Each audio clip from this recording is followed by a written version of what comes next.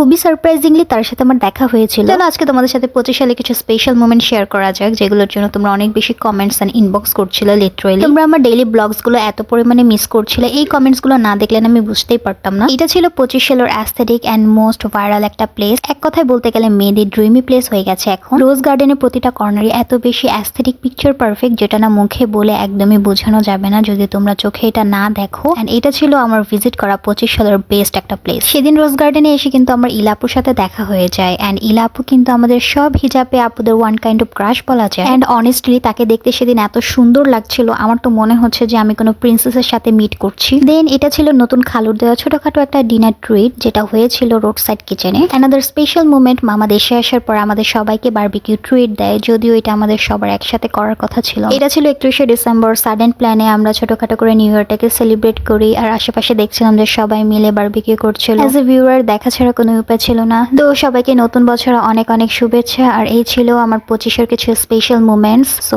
Thank you for watching.